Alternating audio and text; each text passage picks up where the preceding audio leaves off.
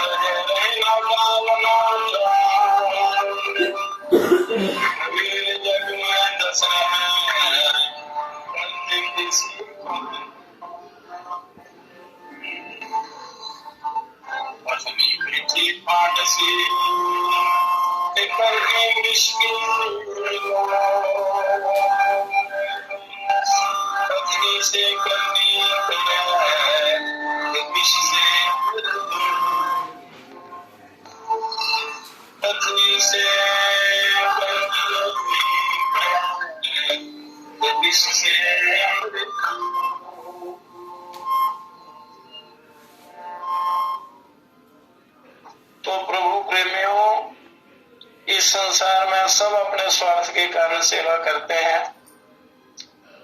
परंतु जो बिना स्वार्थ के निष्काम सेवा भक्ति करता है, सदगुरु परमात्मा को वही सुहाती है और वही यथार्थ फलदायी और वही ध्यान की तरफ ले चलती है, परमात्मा के उस ऐश्वर्य की तरफ। अंतकाल में ना धन रहेगा, ना जोड़ रहेगा और ना कोई गांव स्थान ही रहेगा। संत कहते हैं कि इस जग में परोपकार किए का यश रहेगा। जो परोपकार आप करते हैं, अच्छा करते हैं, तथा किसी का काम भलाई करते रहो, परहित सर्वोत्तम धर्म है। दूसरों का भला करना, परहित करना सर्वोत्तम धर्म है। जिनकी कथनी तो खांड जैसी मीठी है, सिर्फ बातें खांड जैसी मीठी हैं, परंतु उनकी करनी भाव आचरण विष तुल्य है। आचरण चरित्र व्यवहार अच्छा नहीं है, जहर के तुल्य है। वे कुटिल कपटी लोग होते हैं, वाणी मीठी कर्म खोटा। तो वो कपटी लोग होते हैं, कुटिल लोग होते हैं, इनसे बचना चाहिए। यदि वह कथनी जैसी करनी भी करें तो विष से भी अमृत हो जाए, परंतु करते नहीं,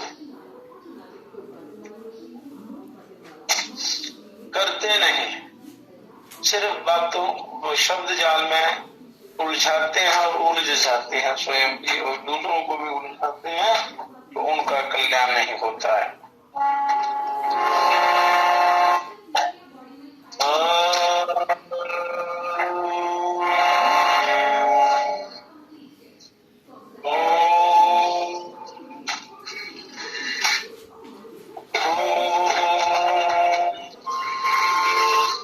जैसे करने जा सुखी तैसी भुगता सोय, बिन सद्गुरु की भक्ति के जन्म जन्म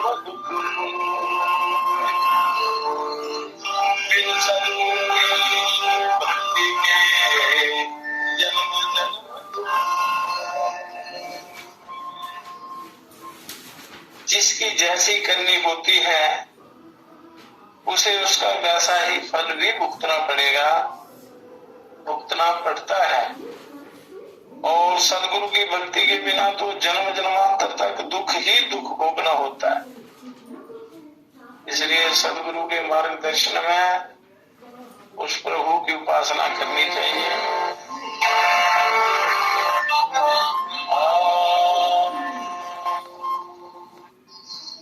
जहाँ दया तहाँ धर्म है, जहाँ लोभ तहाँ पाप, जहाँ क्रोध वहाँ काल है।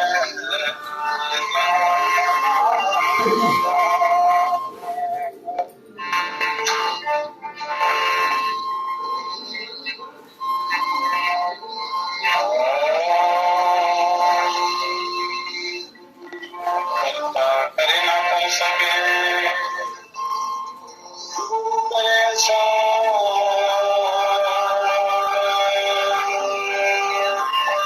सात सदगुरु से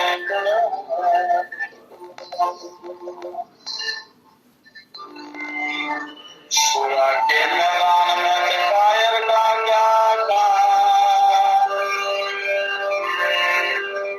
कायर भज बीज ले सुंदर संग।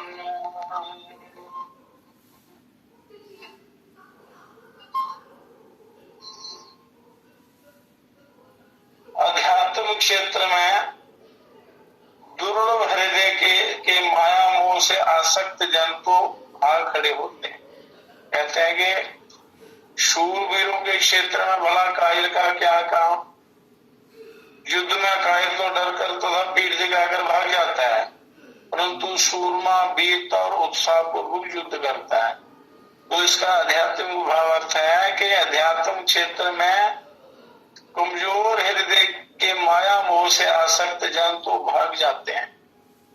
जो मोह माया में विश्व भोगों में आसक्त रहते हैं वो अध्यात्म क्षेत्र में उनका मन नहीं लगता, वो भाग जाते हैं, ध्यान नहीं कर सकते, ठहर नहीं पाते। परंतु सदगुरु के निष्काम और निडर होकर मन इंद्रियों से युद्ध करते हैं तथा उन्हें वश में कर लेते हैं, उनको जीत लेते हैं, वो युद्ध में सफल होते हैं आध्यात्मिक क्षेत्र में।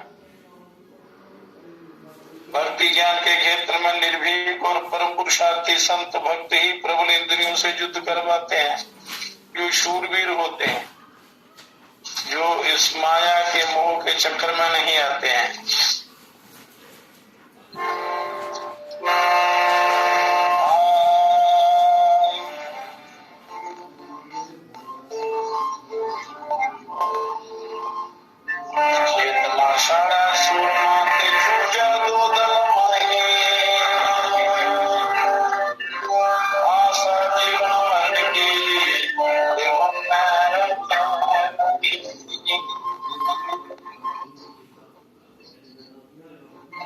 तो वीर साधक भक्त जन्म मरण की परवाह किए बिना निर्भीक भाव से भक्ति साधना करते हैं तो तभी कल्याण हो पाता है, अन्यथा नहीं। साधु सती और सूरमा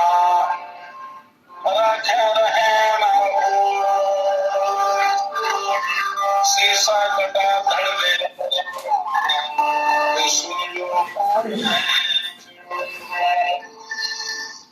साधु सती और सूरमा ये तीनों पर्दा आदि की ओट में रखने से नहीं रहते हैं। साधु सती और सूरमा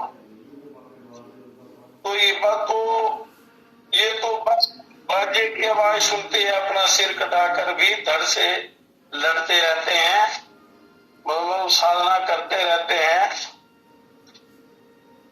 उस लड़ने का सांस रखते हैं, अर्थात ये अपने कर्तव्य के लिए अंतिम सांस तक जूझते हैं और मृत्यु उपरांत भी अपने पुरुषार्थ धर्म से विजयी कहलाते हैं। मृत्यु के बाद भी उनकी जय जयकार होती है। कहने का तात्पर्य है कि मनुष्य को हर संभव अपना अध्यात्म क्षेत्र में बढ़ना चाहिए, अपना जीवन सफल बनाना चाहिए। विषय भोगों के वश में होकर अपना जीवन बर्बाद नहीं करना चाहिए। कार्यों की भांति भागना नहीं चाहिए।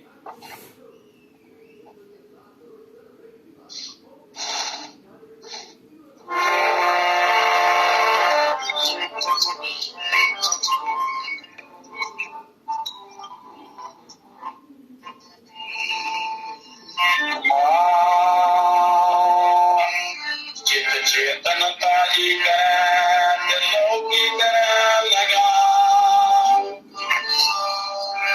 शब्द गुरु पहुंचा शब्द पहुंचा।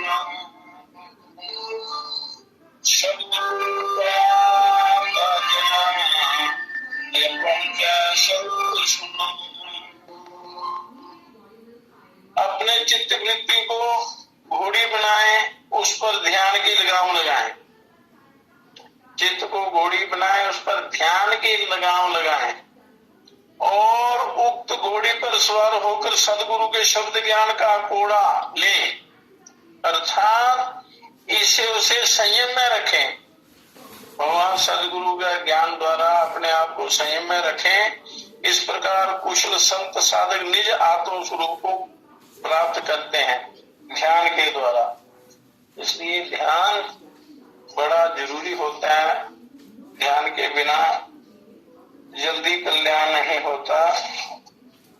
ध्यान की तरफ मनुष्य चले तो उसको जल्दी उसके उद्देश्य की प्राप्ति हो जाती है।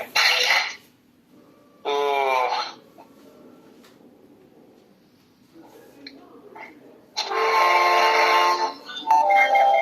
सिर जाता है, सिर काटा सिर सो, जैसे बाकी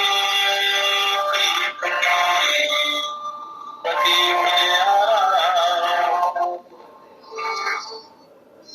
जैसे बाकी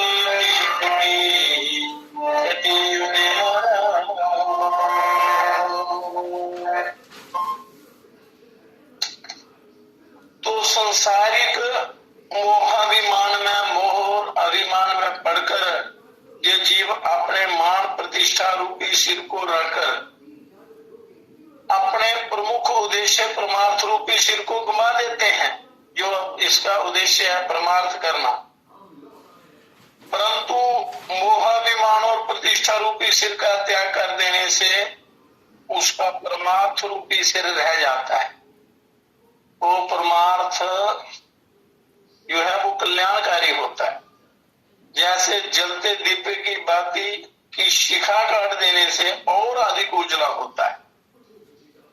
जब दीपक जलाते हैं उसकी बाती जल जाती है तो जला हुआ भाग जब आप काट देते हैं तो वो और ज्यादा तेज उजाला देती है। उसी प्रकार जब ये मनुष्य उस परमात्मा के भजन ध्यान में लग जाता है, मोह माया का मोहाभिमान का त्याग करके, तो ये और प्रकाशित होता है, इसका कल्याण हो जाता है।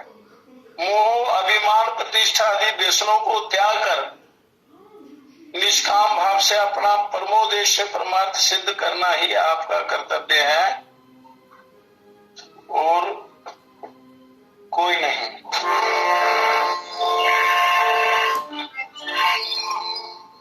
संशय कोई नहीं तो गुरु सो लगाए, काम क्रोध सो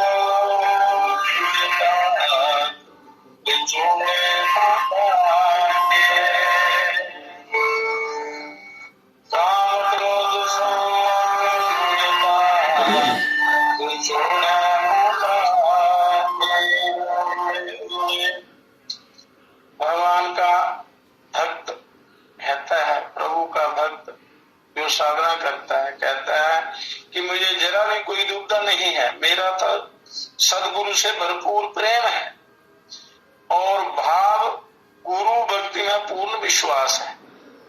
तो इसलिए मैं निश्चिंत हुआ अपने जीवन के साधना क्षेत्र में बिना किसी डर के सब काम क्रोध आदि शत्रुओं से लड़ता हूँ, सारे जितने भी हैं निर्भीक होकर।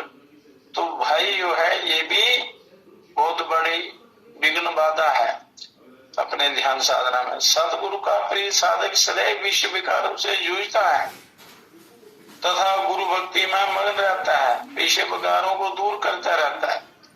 इसलिए जब भी विषय विकार सताए तो उनका चिंतन करें, प्रभु का निरंतर करते रहना चाहिए। साईं से ही ना पाइए थे बादल मिले ना को, कबीरा सौदा नाम का सिर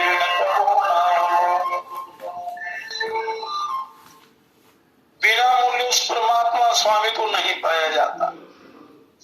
खाली बातों से या बिना श्रम उद्योग के, बिना पुरुषार्थ के, बिना साधना के तो कुछ भी नहीं मिलता। वो महासंत जी कहते हैं कि परमात्मा नाम ज्ञान के अनमोल पदार्थ का मिलना और अपना सिर समर्पित किए बिना कभी भी संभव नहीं है। अपना सिर देने से तात्पर्य है कि अपना सर्वस्व त्याग, अपने विश्व भोगों का त्याग। जो विश्व भोग जो आपको बड़े प्रिय लगते हैं, वास्तव में वो दुख देने वाले होते हैं, फंसाने वाले होते हैं। तो उनका त्याग तथा सदगुरु को समर्पित होकर उनके उपदेशित नाम ज्ञान की साधना से ही जो उन्होंने उपदेश किया होता है, परमात्मा स्वामी का दर्शन आसानी से होता है, बड़ी आसानी से होता है। तो इसलिए कहते हैं कि गुरुओं के बिना कल्याण नहीं होता।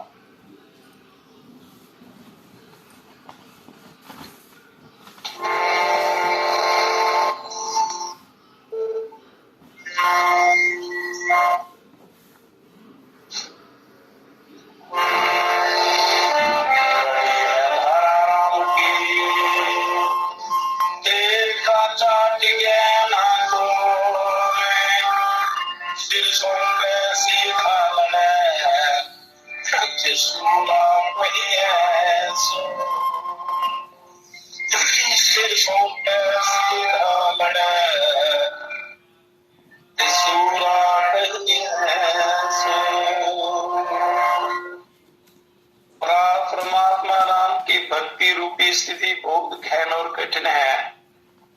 इसमें कोई नौ सिखिया या अर्थात ज्ञानी नहीं ठहर सकता, अज्ञानी नहीं ठहर सकता। उसमें तो केवल वही ठहर सकता है जो अपने अहंकार रूपी सिर को, जो अहंकार है उसको उतार कर, उसको सौंप कर सहज भाव से सीधा मन इंद्रियों से युद्ध करे। अध्यात्म क्षेत्र में उसी को संत कहो। वही संत है जो इंद्रियों के वश में ना होकर उस अध्यात्म में उस ईश्वर का ध्यान करता है, परमात्मा का ध्यान करता है।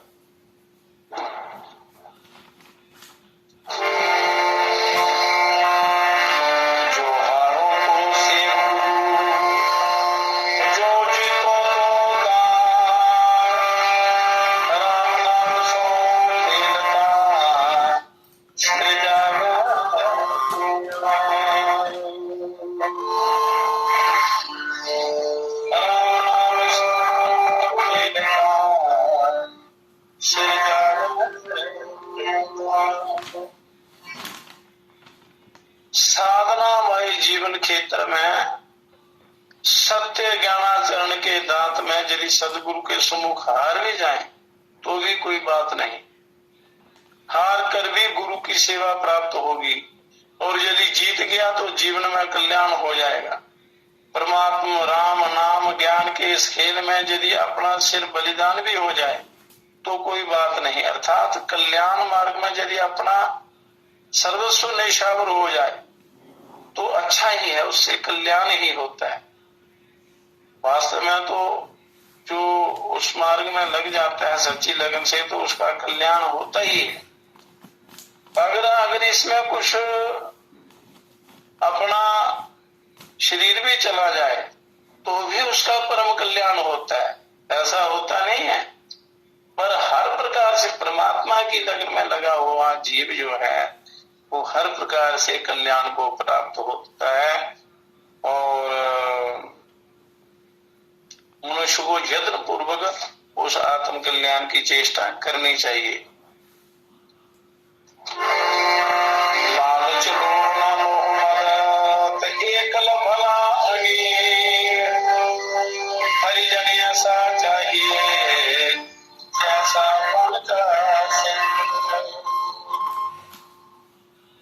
संसार के जो विश्व भोग वाले पदार्थ आदि हैं,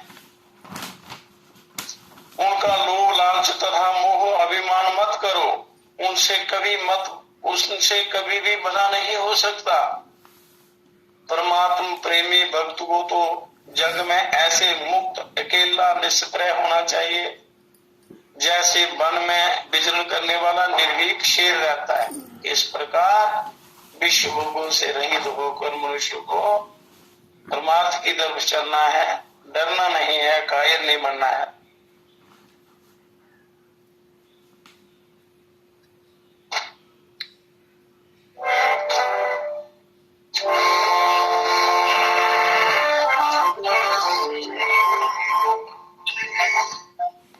कायर का अगर पूछता तो भक्ति जो कुछ सुरा के कुछ डर नहीं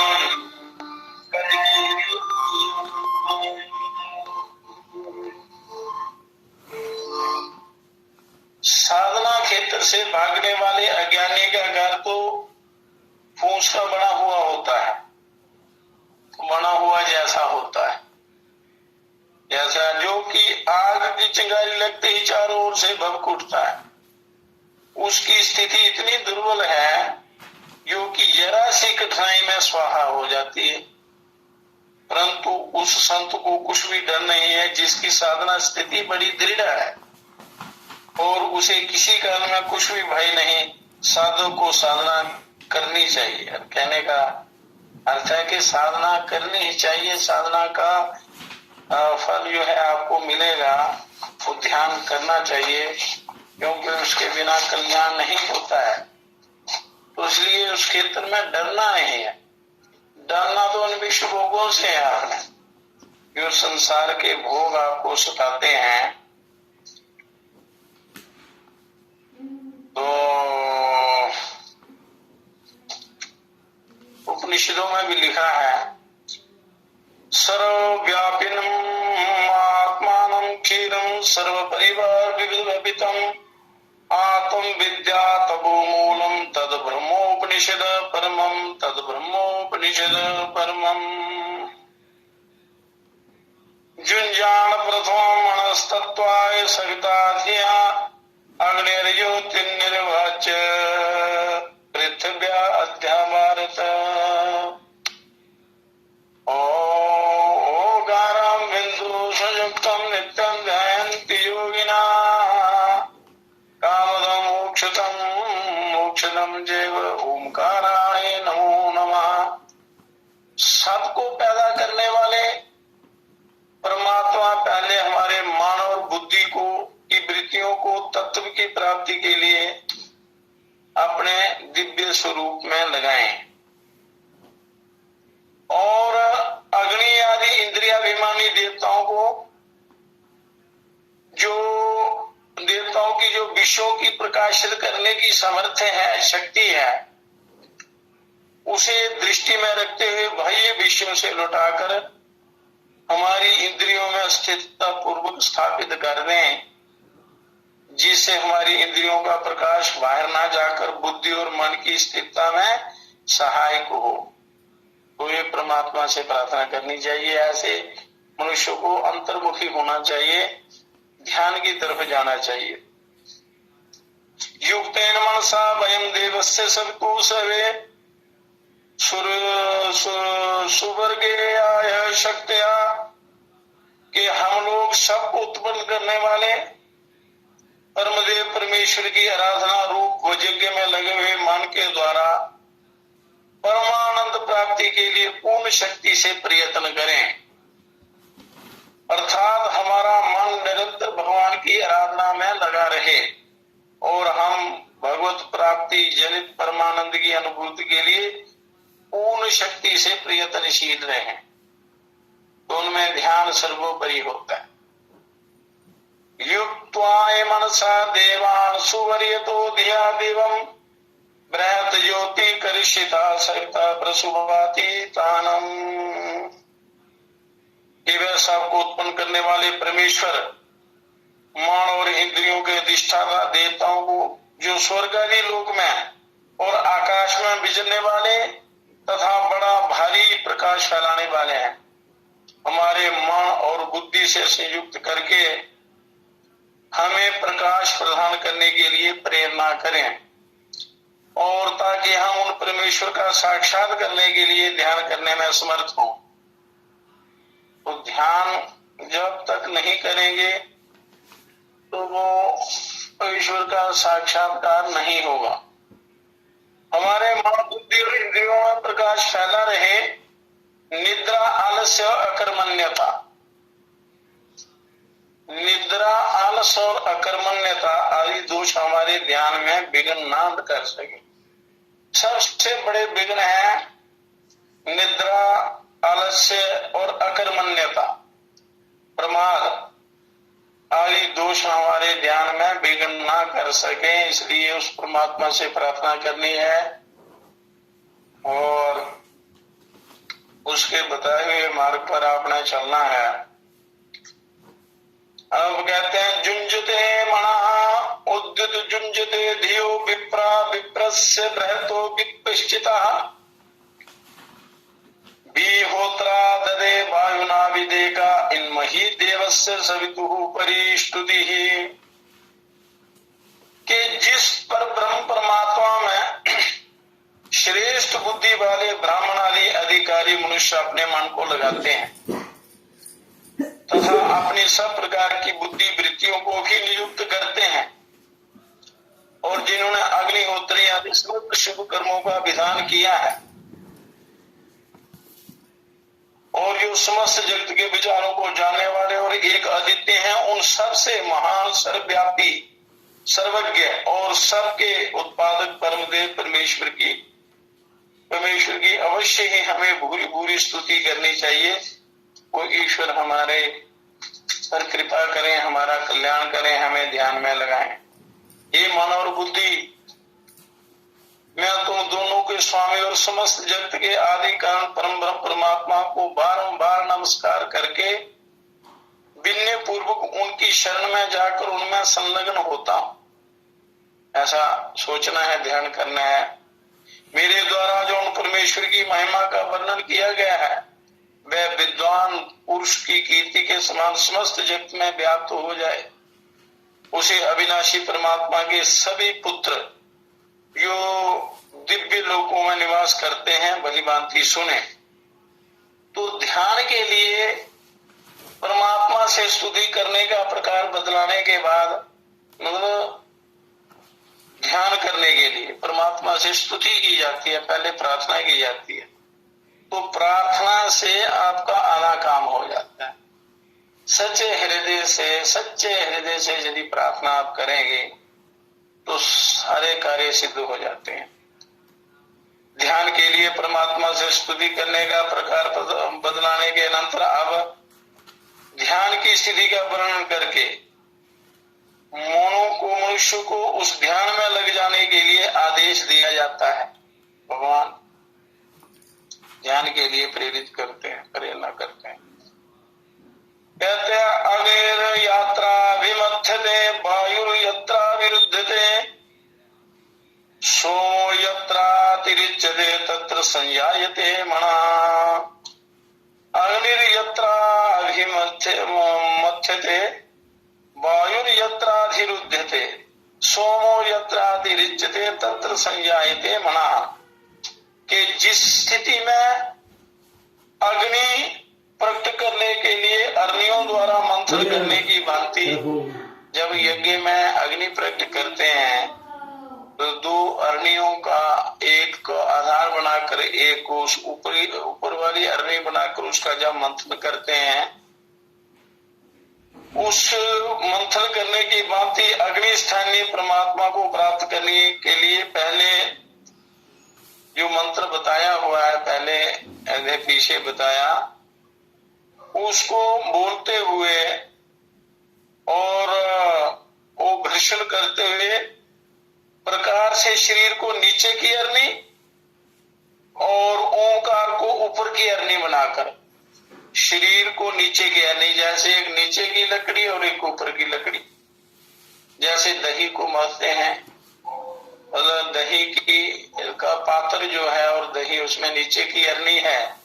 मधानी ऊपर की अरनी है। उसी प्रकार ये अग्नि प्रकट करने के लिए एक नीचे की अरनी और एक ऊपर की अरनी होती है। तो शरीर को नीचे की अरनी और ओंकार को ऊपर की अग्नि बनाकर उनका जप और उनके अर्थ रूप परमात्मा का निरंतर चिंतन रूप मंथन किया जाता है। ये तरीका है ध्यान करने का। यहाँ प्राण वायु का विधि पूर्वक बलिभांति निरोध किया जाता है, प्राणायाम किया जाता है और यहाँ आनंद रूप सोमरस अधिकता से प्रकट होता है।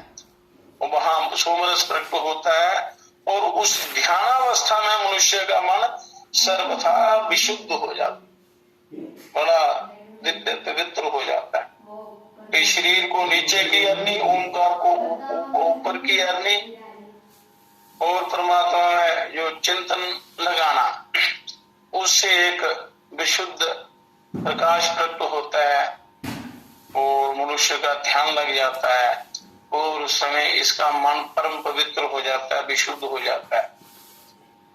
सवित्रा परस्मेन जुषेत ब्रह्मं पूर्व्यमं तत्र जोनि कृणवसे नाहि ते पूर्वमक्षिपत।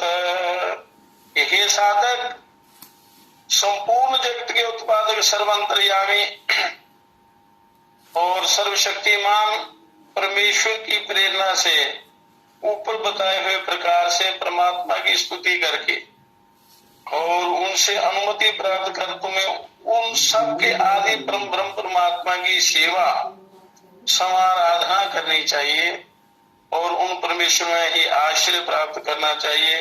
उन्हीं की शरण ग्रहण करके उन्हीं में अपने आप को विलीन कर देना चाहिए।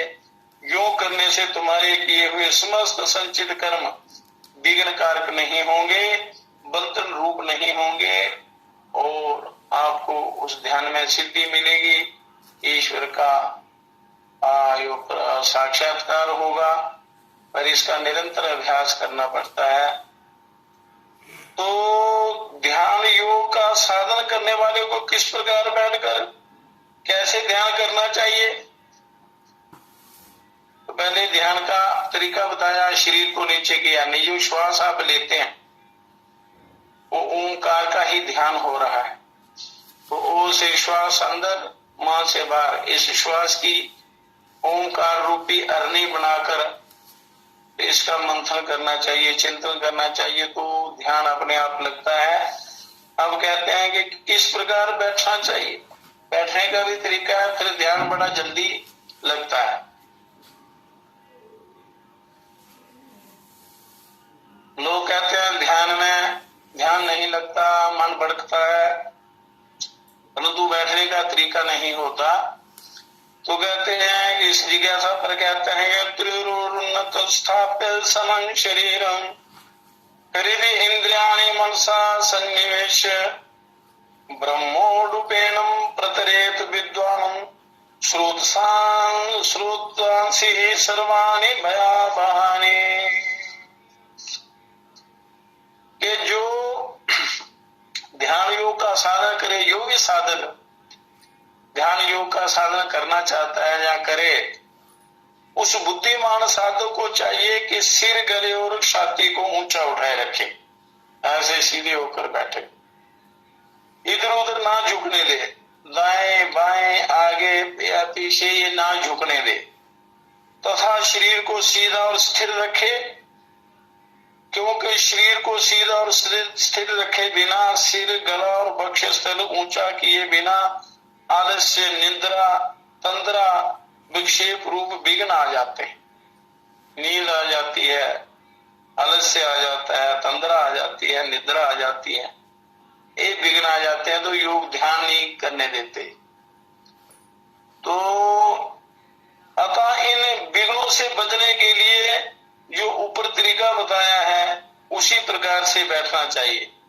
इसके बाद समस्त इंद्रियों को बाह्य विषयों से हटाकर उनका मन के द्वारा हृदय में निरोध कर लेना चाहिए। इंद्रियों का बाह्य विषयों से, जो बाहरी सांसारिक पदार्थ हैं या सांसारिक जितने भी झंझट हैं, जहां जहां मन आपने लगाया होता है वहां से हटाकर बाहरी विश्व से, संसार का कोई पदार्थ आपके ध्यान में ना आए, सामने ना आए, किसी का चिंतन ना हो, उनको हटाकर उनका मन के द्वारा हृदय में निरोध कर लेना चाहिए। मन हृदय में उनका निरोध कर देना चाहिए, उनके प्रभाव में नहीं आना। फिर ओंकार रूप नौका का आश्रय लेकर, ओंकार रूप, ओम जो ब्रह्म का परम प्रिय नाम है ओंकार, उस नौका का आश्रय लेकर तो ओंकार का जप और उसके वाच्य परम ब्रह्म परमात्मा का ध्यान करे, और ध्यान करके समस्त भयानक प्रवाहों को पार कर लेना चाहिए।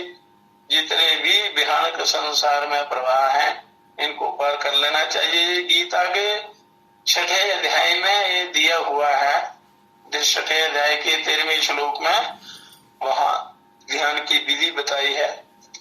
अभी तो 3रा अध्याय समाप्त होने वाला है, 4था, 5वां और 6ठा अध्याय जो है पूरा योग पर है, ध्यान योग पर। तो उसका वर्णन ये ध्यान का वहां आएगा। जैसे अतुल जी बोल रहे थे, ये ध्यान पर ज्यादा आप विशेष ध्यान दें, तो वो गीता के 4था, 5वां, 6ठा अध्याय पूरा ध्यान के ऊपर है। तो 6ठे अध्याय में इसकी विधि बताई हुई है। तो वहां भी उन्होंने कहा है कि उपनिषदों में विस्तार से इसका वर्णन देकर महापुरुषों के पास जाकर उनसे ये ज्ञान प्राप्त कर साधना करे। भाव ये है कि नाना योनियों में ले जाने वाली जितनी भी वासनाएं हैं, वासना ही नाना प्रकार की योनियों में ले जाती हैं। 84 लाख योनियों में ये वासना ही कारण है मनुष्य का ले जाते हैं वो। वह सब जन्म मृत्यु रूप भय देने वाले स्रोत हैं, प्रवाह हैं, और इन सब का त्याग करके सदा के लिए अमर पद को प्राप्त कर लेना चाहिए। उस ईश्वर का ये चिंतन ध्यान करना चाहिए।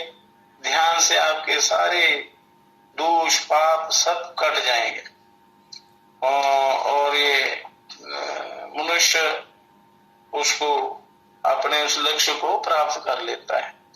बुद्धिमान साधक को चाहिए कि वह इस योग साधना के लिए आहार विहार आदि समस्त चेष्टाओं को यथा योग्य करता रहे। केवल ध्यान तो करना बड़ा आवश्यक है, ध्यान के लिए सारी तैयारी है, पर उसमें योग ध्यान के लिए आहार विहार, आपका आहार भी अच्छा चाहिए, व्यवहार भी अच्छा चाहिए, और जो समस्त चेष्टाएं हैं वो यथा योग्य करता रहे, शास्त्रानुसार करता रहे, उन्हें ध्यान योग के लिए उपयोगी बना ले।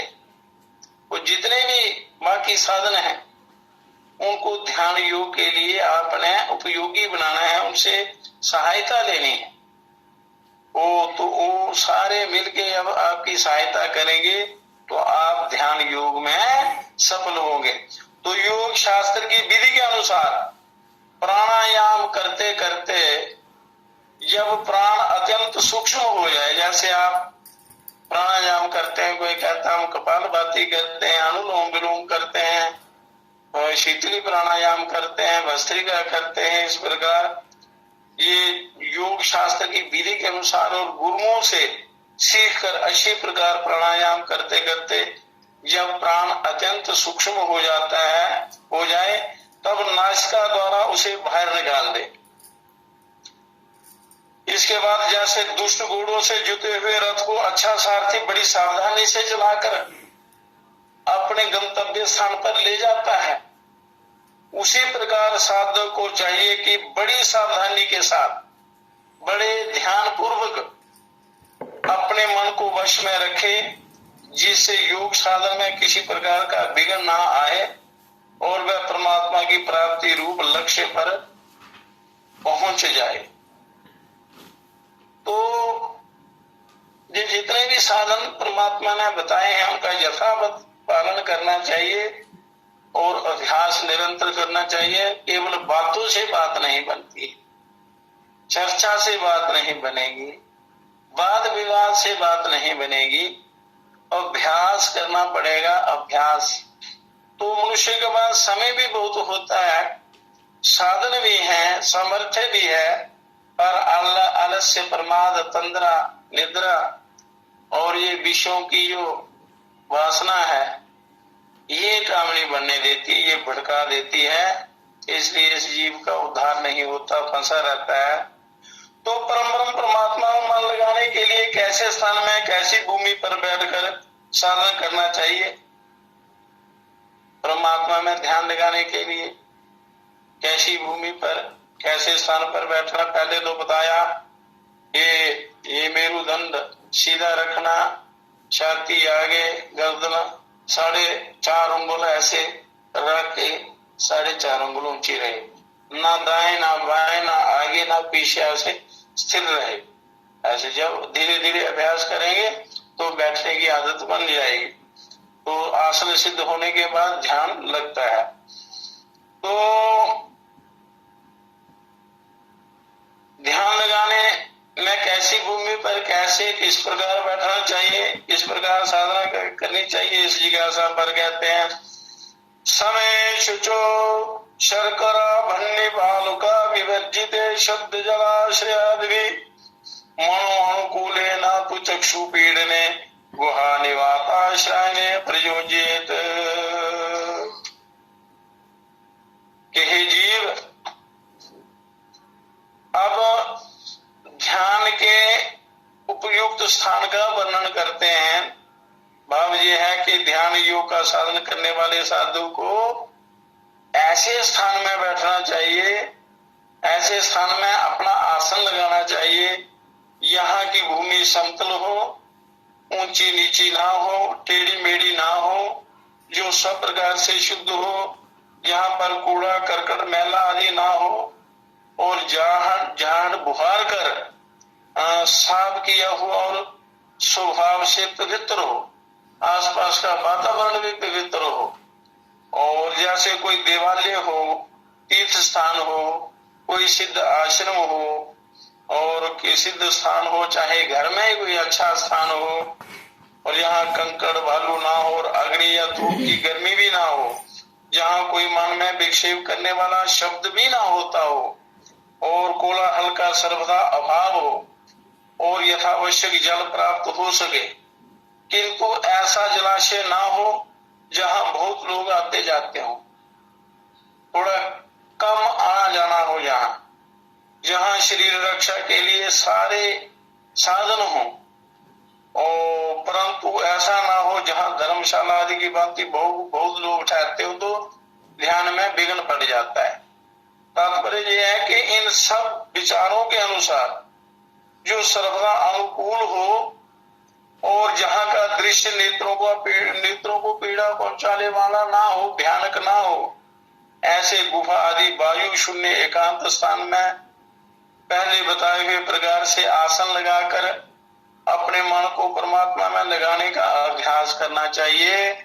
ये गीता के 6ठे अध्याय में बताया है, 11वां श्लोक है 6ठे अध्याय का 11वां श्लोक। वहां आगे जो गीता का ये क्रम चल रहा है कथा का, उसमें आगे आएगा। ये ध्यान योग का वर्णन भगवान ने बड़े स्पष्ट रूप से किया हुआ है। तो अब योगाभ्यास करने वाले साधक का, ध्यान करने वाले साधक का साधन ठीक हो रहा है या नहीं, इसकी पहचान बताई जाती। अगर आप साधन करते हैं पर आपकी साधना ठीक हो रही है कि नहीं, उसका तरीका बताते हैं। निहार धूमार का नीलालना नीलानम खद्योत विद्युत स्फटिक शशि नामम एतानि रूपाणि पुरासराणि ब्रह्मण्यभिव्यक्ति कराणि योगे। जब साधक ध्यान करने वाला परम परमात्मा की प्राप्ति के लिए ध्यान योग का साधन आरंभ करता है, तब उसको अपने सामने कभी कुहरे के सदृश, जब ये सभी चीजें ठीक हों और आसन लगना शुरू हो जाता है और जब ध्यान रखता है, तो उसमें क्या होता है, पहले कभी कुहरे के सदृश रूप दिखता है, कभी धुआं सा दिखाई देता है, कभी सूर्य के समान प्रकाश सर्वत्र परिपूर्ण दिखता है, कभी निश्चल वायु की भांति निराकार रूप अनुभव में आता है, कभी अग्नि के समान तेज दिखता है और कभी जुगनू के समान टिमटिमाहट सी प्रतीत होती है और कभी बिजली के समान चकाचौंध पैदा करने वाली दीप्ति दृष्टि गोचर होती है और कभी स्फटिक मणि के सदृश उज्जवल रूप दिखने में आता है और कभी चंद्रमा की भांति शीतल प्रकाश सर्वत्र फैला हुआ दिखाई देता है और कभी ये सब तथा और भी अनेक प्रकार के दृश्य योग साधन की उन्नति के द्योतक है, सूचक है। इसमें ये समझना कि हमारी साधना ठीक चल रही है, ध्यान ठीक प्रकार से आगे जाकर ठीक प्रकार से होगा, ईश्वर का साक्षात्कार होगा।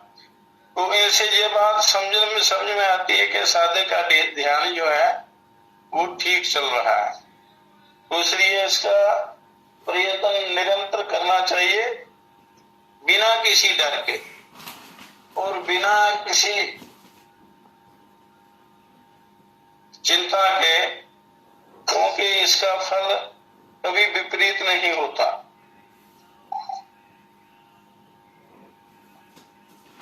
तो कल्याणकारी होता है, क्योंकि अभ्यास का फल साधना करने वाले का तो परम कल्याण होता ही है। यदि किसी कारण से साधना करते करते कोई विघ्न पड़ जाता है, शरीर ही चला जाता है, फिर भी उसका जो है वो पतन नहीं होता, उसका उत्थान होता है। आगे जाकर उसकी साधना वहीं से शुरू होती है जहां से छूट जाती है, पर ज्यादातर उसकी साधना सफल हो जाती है। अगर सही गुरु हो, सही अपना प्रयास हो, अभ्यास हो, तो वो साधना सफल होती है।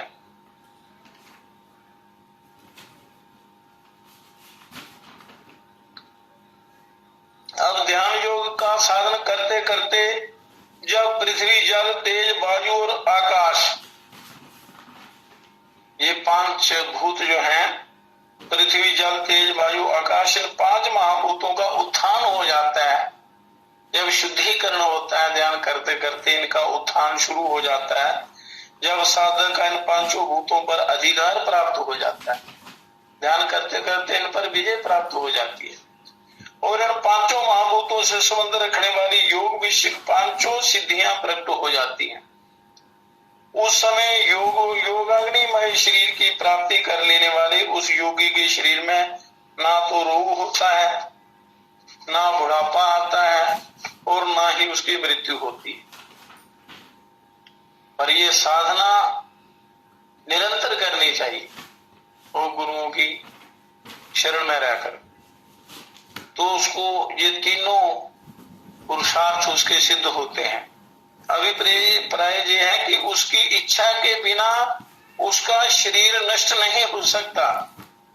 जब 5 भूतों का उत्थान हो जाता है, इन पर विजय प्राप्त हो जाती है, तो उसको ना रोग, ना बुढ़ापा और ना ही उसकी मृत्यु उसकी इच्छा के विरुद्ध होती है। उसकी इच्छा के अनुसार होता है जो भी होता है। तो अब जब इन 5 भूतों पर विजय प्राप्त हो जाती है तो क्या होता है, भूतों पर विजय प्राप्त कर लेने वाले ध्यान योगी में पूर्वोक्त शक्तियों के सिवा और भी शक्तियां आ जाती और उसका शरीर हल्का हो जाता है। शरीर में भारीपन या आलस्य का भाव नहीं रहता, वह सदा ही निरोग रहता है और उसे कभी कोई रोग नहीं होता। भौतिक पदार्थों में उसकी आसक्ति नष्ट हो जाती है। कोई भी भौतिक पदार्थ सामने आने पर उसके मन और इंद्रियों का उसकी ओर आकर्षण नहीं होता। विषय भोगों की तरफ वो आकर्षित नहीं होता, उनके जाल में नहीं फंसता। उसके शरीर का वर्ण उज्जवल हो जाता है, स्वर बड़ा अत्यंत मधुर और स्पष्ट हो जाता है, वाणी बड़ी मधुर हो जाती है, स्पष्ट हो जाती है। शरीर में बहुत अच्छी गंध निकलकर सब ओर फैलती है और मल और मूत्र बहुत स्वल्प मात्रा में होने लगते हैं और ये सब योग मार्ग की प्रारंभिक सिद्धियां हैं, ऐसा योगी लोग कहते हैं। इससे जो निरंतर साधना करते हैं वो इनसे भी करोड़ों गुना आगे चले जाते हैं, ब्रह्म का साक्षात्कार कर लेते हैं। ये प्रारंभिक सिद्धियां हैं। तो ये मिलने पर आगे का सफर जो है बड़ा आसान हो जाता है। और कहते हैं कि जिस प्रकार जदेव बिंबम मृद्योपलितम तेजोमयम भ्राजते तद सुधांतम तद्भात्मतत्वम प्रसमीक्षते ही एकाग्रतार्थो भक्ते विदुषोका। उसका कायाकल्प हो जाता है, नया शरीर बन जाता है। जिस प्रकार कोई तेजोमय रत्न मिट्टी से लिप्त होने के कारण छिपा रहता है, किसी हीरे पर अगर मिट्टी लगी होती है, साफ करने पर वो चमकता है, अपने असली रूप में प्रकट नहीं होता, परंतु वही जब मिट्टी आदि को हटा धो पोंछ कर साफ कर लिया जाता है उस रत्न को, तब अपने असली रूप में चमकने लगता है। उसी प्रकार इस जीवात्मा का वास्तविक स्वरूप अत्यंत स्वच्छ होने पर भी अनंत जन्मों में किए हुए कर्मों के संस्कारों के प्रभाव से मलिन हो जाने के कारण प्रत्यक्ष प्रकट नहीं होता। परंतु जब मनुष्य ध्यान योग के साधन के द्वारा, ध्यान योग, और ध्यान सर्वोपरि है, ये आपको करना चाहिए।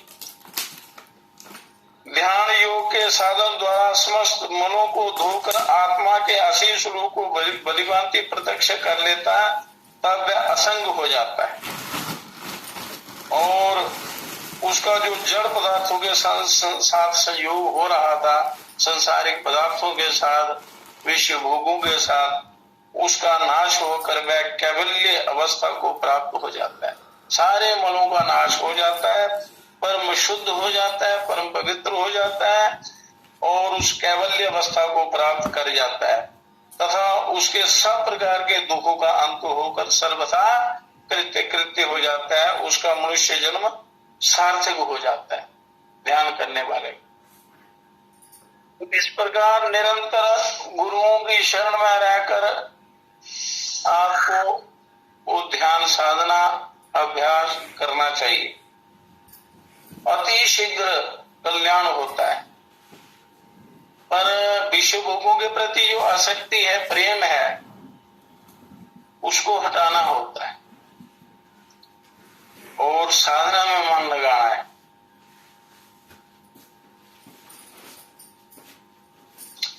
कहते हैं यथा आत्म तत्वेन तो ब्रह्म तत्वम दीपो पमेनेह युक्ता प्रपश्येद अजं ध्रुवम सर्व तत्वैर्विशुद्धम ज्ञात्वा देवम मुच्यते सर्वपाशै। के फिर जब वह जोगी इस स्थिति में दीप के समान निर्मल प्रकाश में पूर्वोक्त आत्म तत्व के द्वारा ब्रह्म तत्व को भलीभांति देख लेता है और जो उन परम ब्रह्म परमात्मा को प्रत्यक्ष कर लेता है, तब उन जन्मादि समस्त विकारों से रहित अचल और निश्चित तथा समस्त तत्वों से असंग सर्वथा विशुद्ध परमदेव परमात्मा को तत्व से जानकर सब प्रकार के बंधनों से सदा के लिए छूट जाता है और उसी के लिए बंधनों से छूटने के लिए ये जन्म मिला है। अगर इस जन्म में भी आपने ऐसा अभ्यास नहीं किया, प्रयत्न नहीं किया, तो फिर बड़ा भारी अनर्थ हो जाता है। इस जीव का उद्धार नहीं होता, कल्याण नहीं होता। तो यहाँ आत्म तत्व से ब्रह्म तत्व को जानने की बात कहकर ये भाव दिखलाया गया है कि परमात्मा का साक्षात्कार मन, बुद्धि और इंद्रियों द्वारा नहीं हो सकता। इन सब की वहां पहुंच नहीं है। वह एकमात्र आत्म तत्व के द्वारा ही प्रत्यक्ष होते हैं, जो आपके अंदर चेतन तत्व है, उसके द्वारा ध्यान करने पर वो परमात्मा प्रकट होते हैं। ये इंद्रियां, इनकी वहां तक पहुंच नहीं है, पर इनका सदुपयोग करते हुए, इनको साधन बनाते हुए, इनको ईश्वर की प्राप्ति का साधन बनाना है। इनको विकारों से हटाकर परमात्मा की प्राप्ति में लगा देना है। निश्चय ही जो ऊपर बताए हुए परमदेव परम ब्रह्म समस्त दिशा और अवान्तर दिशाओं में व्याप्त है, सर्वत्र वो परमात्मा परिपूर्ण है। जगत में कोई भी ऐसा स्थान नहीं जहां वह ना हो। वह ही प्रसिद्ध परम ब्रह्म परमात्मा सबसे पहले हिरण्यगर्भ रूप में प्रकट हुए थे और वह ही इस ब्रह्मांड रूप गर्भ में अंतर्यामी रूप से स्थित हैं सब जगह। और वह ही इस समय जगत के रूप में प्रकट है और भविष्य में प्रलय के बाद सृष्टि काल में पुनः प्रकट होने वाले हैं। और वह समस्त जीवों के भीतर अंतर्यामी रूप से स्थित है तथा सब और मुख वाले और सबको सब ओर से देखने वाले हैं। ये जब आप ध्यान करेंगे तो ये अपने आप सारा अनुभव होगा, पर उस ध्यान की प्रक्रिया में आपको जाना पड़ेगा, वो करनी पड़ेगी। तो इन आलस्य तंद्रा निद्रा इनके सुख को छोड़कर जो साधना करता है तो उसका तो परम कल्याण हो जाता है, उसको तो वे परमात्मा मिल जाते हैं। तो जो सर्वशक्तिमान पूर्ण ब्रह्म परम देव अग्नि में है, जो जल में है, जो समस्त लोकों में अंतर्यामी रूप से प्रविष्ट हो रहे हैं, जो औषधियों में है और जो वनस्पतियों में है, जो सर्वत्र परिपूर्ण है और जिनका अनेक प्रकार से पहले वर्णन कर आए हैं, उन परम देव परमात्मा को नमस्कार है, नमस्कार है, नमस्कार है, नमस्कार है। ऐसे परिपूर्ण ब्रह्म का ध्यान जो है ये मनुष्य को सदा करना चाहिए, करते रहना चाहिए। अभ्यास से ही कल्याण होता है, अन्यथा ये जीव फंस जाता है। इसलिए ध्यान की ये युक्ति हुई। युक्ति बताते हुए कहते हैं कि मनुष्य को इन विषय भोगों से संबंध तोड़कर अपने परमार्थ में, अपने कल्याण में लगा देना चाहिए। क्योंकि जब तक आप इनको महत्व देते हैं, विषय भोगों को अपना हितैषी मानते हैं, तब तक आपको परमात्मा का साक्षात्कार नहीं हो सकता। तो उनसे, विषयों से आपने अपने चित्त को हटाना है और उस परमात्मा में लगाना है। इसलिए कि समझ आनी चाहिए, समझ की बात है। इसी प्रकार यदि आप समझ लें तो आपका कल्याण निश्चित हो जाएगा, निश्चित रूप से। तो भगवान कर्म योग, ज्ञान योग, ध्यान योग, कर्म योग, ज्ञान योग और भक्ति योग, इनके अंतर्गत भी कई योग हैं, परंतु ये तीन मुख्य हैं। एक का अच्छी प्रकार यदि अनुष्ठान कर लेंगे तो आपका ध्यान परमात्मा में लगेगा और ध्यान ही सर्वश्रेष्ठ प्रक्रिया है ईश्वर की प्राप्ति की। पर जो कर्तव्य कर्म है, नित्य कर्म है, स्वाभाविक कर्म है, वो उनका तो पालन यथावत करना ही है, पर उनमें उनको महत्व ना देकर, संसारिक पदार्थों को, संसारिक विषयों को महत्व ना देकर, महत्व अपने उस परिपूर्ण ब्रह्म की प्राप्ति को देना है, अपने उद्देश्य को देना है, अपने कल्याण की तरफ अपना ध्यान लगाना है। वो आपका परम कर्तव्य है।